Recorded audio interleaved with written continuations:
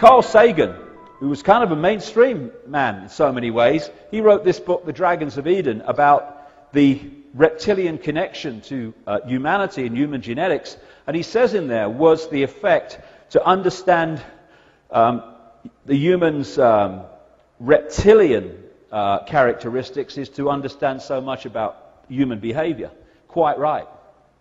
It's in the DNA, the hard drive, which has been put in there.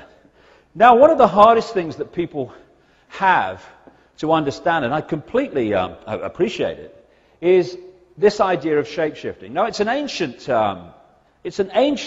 thing in terms of accounts all over the world. Not just shape-shifting between human and reptilian, but shape-shifting between human and many different forms, animal forms, etc.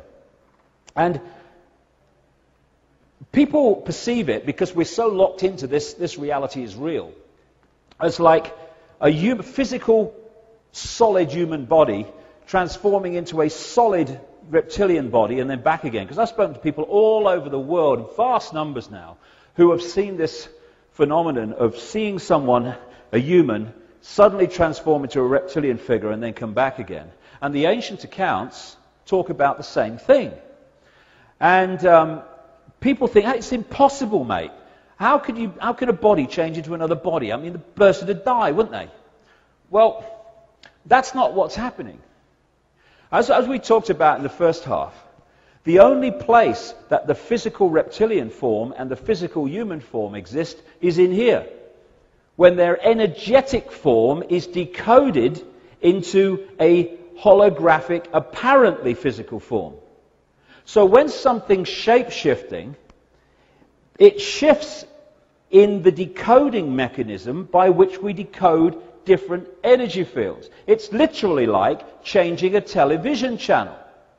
You've got the human field, which is obscuring the reptilian field, because they hide behind the human field, so we don't know what the hell's going on.